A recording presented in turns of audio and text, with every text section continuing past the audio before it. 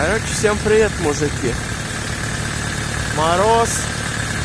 Вот поменял ремень и увидел несколько проблем. Во-первых, вот на шкиве помпы ремень стоит неровно.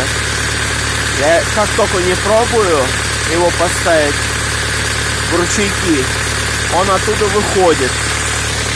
И еще непонятно почему. Шкив ТНВД, мне кажется, как-то бьет.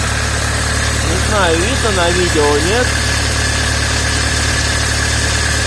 Как-то он неровно работает. И еще ремень, видите, тоже стоит как-то неправильно на ТНВД. На генераторе-то нормально вроде.